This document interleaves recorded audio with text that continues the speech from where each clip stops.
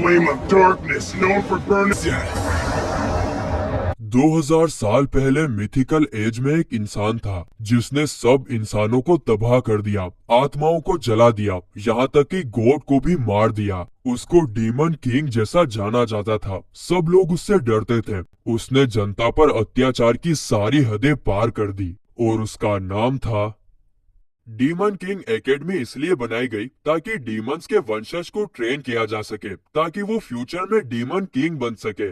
Demon king 2000 साल पहले मर चुका था। ऐसा कहा जाता है कि इस साल वो वापस जन्म लेगा। इस साल जो क्लास आने वाली है उसमें डीमंस के वंशज भी इंक्लूड हैं और शायद इन्हीं में डीमन किंग वापस जन्म लेगा। अगर ऐसा हुआ तो डीमन रेस के लिए ये काफी खुशी की बात है। ये बात हम कुछ गिने चुने स्टूडेंट्स को डीमन किंग एकेडमी के इनविटेशन लेटर में पढ़ते हुए देखते हैं, जो उन्हें एक उल्लू ने दिया था।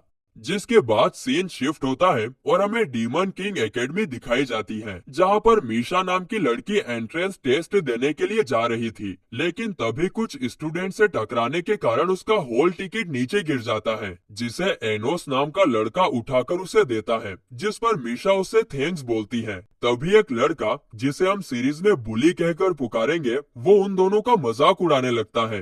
अले ले ले ले ले, देखो तो बच्चों को एग्जाम्स दिलवाने के लिए पेरेंट्स भी साथ में आए हैं। लेकिन मीशा और एनोस उसकी बचकानी बातों पर कोई ध्यान नहीं देते और आगे निकल जाते हैं, जिसके कारण बुली एनोस को आवाज लगाता है, हे, मैंने तुमसे कुछ कहा, तुमने सुना नहीं? जिस पर एनोस कहता है, अरे तुम हमसे बात कर रहे थे। असल में तुम्हारी मैजिकल पावर इतनी ज्यादा कम है कि मैं तुम्हें देख ही नहीं पाया। जिसे सुनकर बुली को काफी ज्यादा गुस्सा आता है और वो अपनी डार्क मैजिकल फ्लेम्स का यूज करके इन दोनों को स्केलेटन में बदलने की धमकी देता है। लेकिन तभी एनोस फूंक मारकर डार्क फ्लेम को बुझा देता है और कहता है, ओ तो तुम माचिस की तीली से हमें जलाने की बात कर रहे हो। जिसे सुनकर बुली एनोस के बारे में अनाप शनाप बोलने लगता है, जिसके जवाब में एनोस हिप्नोटाइज मैजिक का यूज करके बुली को घुटनों पर बिठा देता है। और ये चीज देखकर मीशा शौक में रह जाती है, क्योंकि बुली एक रॉयल फैमिली से बिलोंग करता है और उसे एनोस ने इतनी आसानी से हरा दिया।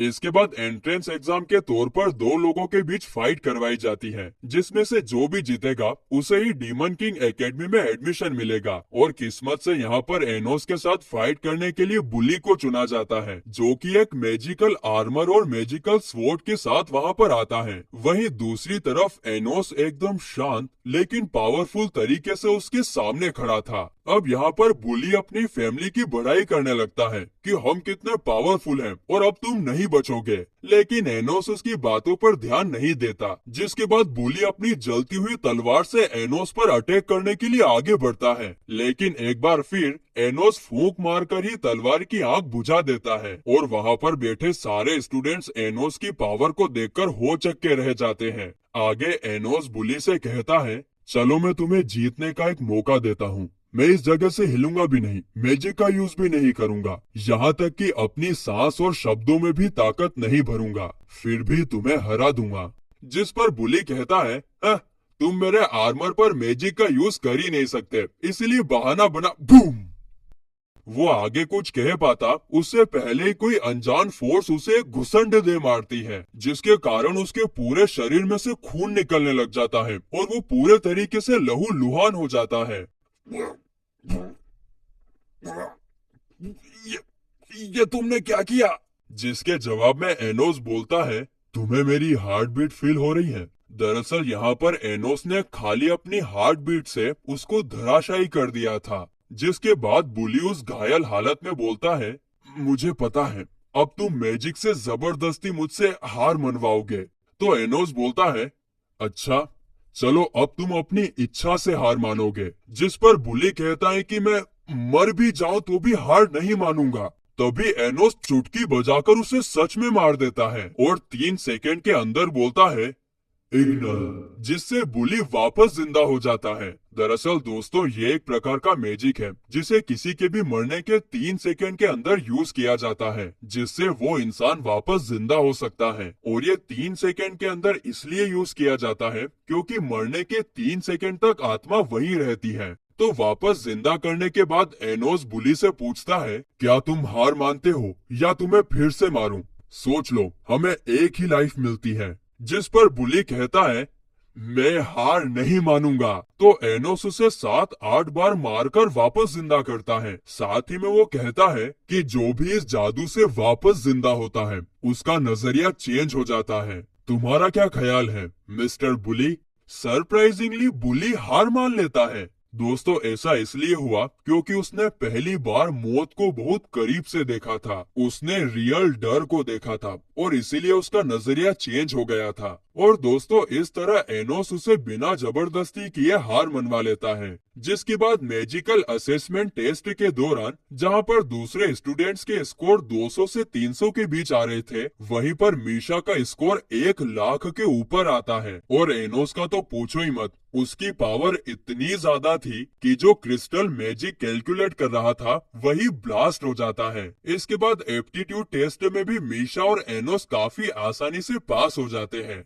अब सब कुछ खत्म होने के बाद एनोस और मीशा एकेडमी के बाहर मिलते हैं। एनोस मीशा को अपने घर पर डिनर के लिए इनवाइट करता है। वो कहता है कि मीशा को देखकर उसकी मोम काफी ज्यादा खुश होगी। जिसके बाद एनोस टेलीपोर्टेशन मैजिक का यूज करके मीशा को अपने घर लेकर आता है। तो वहीं घर के अंदर एंटर होते ही एनोस की मोम उससे एंट्रेंस टेस्ट के रिजल्ट के बारे में पूछती है, जिस पर एनोस कहता है कि वो पास हो गया है। जिसे सुनकर उसकी मोम काफी ज्यादा खुश होती है और कहती है कि जन्म लेने के 1 महीने के बाद ही तुमने डीमन किंग एकेडमी में एडमिशन ले लिया। जिसे सुनकर हम समझ जाते हैं कि एनोस अभी 1 महीने का ही है, लेकिन समहाउ उसकी ग्रोथ बाकियों के मुकाबले काफी ज्यादा तेजी से हुई है। अब ऐसा क्यों हुआ उसके बारे में तो हमें आगे के एपिसोड में ही पता चलेगा। जिसके बाद एनोस अपनी मोम को मीशा से मिलवाता है, जिसे देखकर मोम खुशी के मारे कहती है, अरे वाह बेटा, अभी तो तुम 1 महीने के ही हो और अभी से तुम अपनी वाइफ को घर भी लेकर आ गए। तो वहीं एनोस के डैड तो उसकी मोम से भी 1 कदम आगे निकलते हैं, जो मीशा के बारे में जानकर कहते हैं,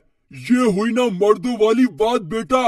अरे तेरी तो कैसे माँ बाप रहे हैं, पर जो भी है एकदम मस्त है। हाँ, इसके बाद सब लोग डिनर के लिए बैठते हैं और इस दौरान एनोस की मोम एकदम से सीरियस होकर टिपिकल इंडियन पेरेंट्स की तरह मीशा से पूछती है कि तुम्हें मेरे बेटे में क्या पसंद आया। जिस पर मीशा कहती है, आपके बेटे ने मेरे साथ काफी अच्छा बर्ताव किया। जिसे सुनकर उसकी मोम काफी ज्यादा खुश होती है कि मेरा लाडला बेटा तो है ही इतना अच्छा। उसके बाद वो उन दोनों से पूछती है कि तुम दोनों में से किसने सबसे पहले बात चालू की। जिस पर एनोस कहता है कि वो मैं था जिसने मीशा को सबसे पहले एकेडमी के बाहर अप्रोच किया था।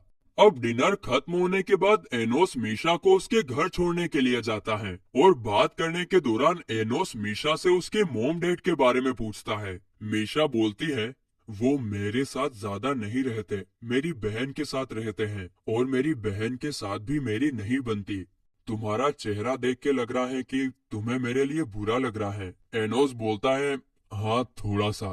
तो मीशा बोलती है, तुम्हारा दिल बहुत अच्छा है। जिसके जवाब में एनोस बोलता है, किसका? मेरा? लेकिन लोग तो कुछ और ही बोलते हैं। वो बोलते हैं कि ये दुनिया बहुत ज्यादा अच्छी होती अगर मैं एग्जिस्ट ही नहीं करता। मुझे तो सब लोग डीमन और डेविल इस नाम से बुलाते हैं। ये सब सुनकर मीशा एनोस को बोलती है, नीचे झुको, और फिर उसके सर पर प्यार से हाथ फेर कर कहती है, सब कुछ ठीक हो जाएगा। जिसे सुनकर एनोस को बहुत अच्छा फील होता है और वो कहता है कि आज से तुम मेरी फ्रेंड हो। और ये बात सुनकर मीशा भी काफी ज्यादा खुश होती है। अब वे लोग बात कर ही रहे थे कि तभी कोई क्रिएशन मैजिक का यूज करके उस पूरी जगह को स्टेडियम में कन्वर्ट कर देता है। और ऐसा करने वाला और कोई नहीं बल्कि बुली का बड़ा भाई बिग बुली था। तभी बुली आकर एनोस से कहता है कि अब मेरा बड़ा भाई आ गया है और वो तुमसे काफी ज्यादा पावरफुल है। मगर तभी बिग बुली उसे पकड़कर मार देता है, क्योंकि रॉयल फैमिली में मामूली से स्टूडेंट से हारने वालों के लिए कोई जगह नहीं है। इसके बाद बिग बुली अपने साथियों के साथ एनोस पर अटैक करने की तैयारी करता है, मगर इससे पहले ही एनोस अपनी आंखों का यूज करके कोई मैजिक स्पेल एक्टिवेट कर देता है, जिसके कारण बिग बुली और उसके साथी अपने मैजिक पर कंट्रोल ही नहीं कर पाते और वो मैजिक उनके हाथों में ही ब्लास्ट हो जाता है। अब ये सब देखकर तो बिग बुली को समझ जाना चाहिए था कि एनोस उससे काफी ज्यादा पावरफुल है, लेकिन नहीं, वो होशियार बनता है और कहता है, रुको, मैं अपने पूर्वजों द्वारा दिया गया पावरफुल मैजिक यूज करता हूँ। जिसके बाद वो ओरिजिन मैजिक नाम का फोरबिडन मैजिक यूज करके एनोस और मीशा पर अटैक करता है। लेकिन जब मैजिक का असर खत्म होता है तो बिग बुली की आंखें फटी की फटी रह जाती हैं, क्योंकि एनोस और मीशा को एक खरोच तक नहीं आई थी। और इसका कारण बताते हुए एनोस कहता है, अबे बुड़बक, ये मैजिक मैंने ही क्रिएट किया है, तो ये मेरे को कोई नुकसान नहीं पहुंचा सकता। जिसके बाद एनोस बुली को एक ज़ोंबी के रूप में वापस जिंदा कर देता है और जिंदा होते ही बुली बिग बुली पर अटैक करने के लिए जाता है। तुमने मुझे क्यों मारा? मारबो, शैतान राजा के मारबो, आज तोरो रोक तो बांध करबो। दोस्तों, यहाँ पर उसको इतना गुस्सा इसलिए आ रहा था क्योंकि उसके भाई ने ईगो में आकर उसको मार डाला था कि रॉयल फैमिली वाले कभी हार नहीं सकते। मतलब कि वो उसका भाई भी तो है, ये भी तो देखना चाहिए उसको। अब ये सब देखकर बिग बुली उसके ऊपर अपने मैजिक का यूज करने की कोशिश करता है, लेकिन अब ज़ोंबी के रूप में बुली अपने बड़े भाई से काफी ज्यादा पावरफुल हो गया था और इसीलिए वो उसके हमले को काफी आसानी से रोक लेता है। आगे एनोस बिग बुली से कहता है कि तुम्हारा भाई अब काफी ज्यादा पावरफुल हो गया है, तुम उसके साथ मिल जाओ और फिर तुम दोनों मुझसे आसानी से लड़ पाओगे। लेकिन बिग बुली मना कर देता है क्योंकि वो ज़ोंबी बुली पर विश्वास नहीं कर सकता। जिस पर एनोस कहता है कि यही तो टाइम होता है जब हमें अपनों के लिए खड़ा होना चाहिए, जब वो सफर कर रहे हो, हर्ट हो रहे हो। तुम दोनों भाई हो, अगर तुम उसका नाम प्यार से लोगे तो वो जरूर तुम्हारी बात सुनेगा। लेकिन बिग बुली उसकी एक नहीं सुनता क्योंकि उसे 1% विश्वास नहीं हो रहा था। और जब बुली उसके ऊपर अटैक करने ही वाला था कि तभी वो अपने छोटे भाई का नाम ले लेता है, लेकिन इससे कुछ नहीं होता और वहाँ पर एक काफी बड़ा धमाका होता है। इस धमाके के कारण दोनों भाई अब पत्थर में बदल चुके थे। ये देखकर एनोस कहता है, इंसानी रिश्ते काफी दिखावटी हो गए हैं, ये अपने भाई को प्यार से बुला ही नहीं पाया। जिसके बाद एनोस दोनों भाइयों को फिर से जिंदा करता है और फिर जाते जाते उन लोगों को बताता है कि वो और कोई नहीं बल्कि उन दोनों का पूर्वज 2000 साल पहले का डीमन किंग है, जिसने इस टाइम में पुनर्जन्म लिया है।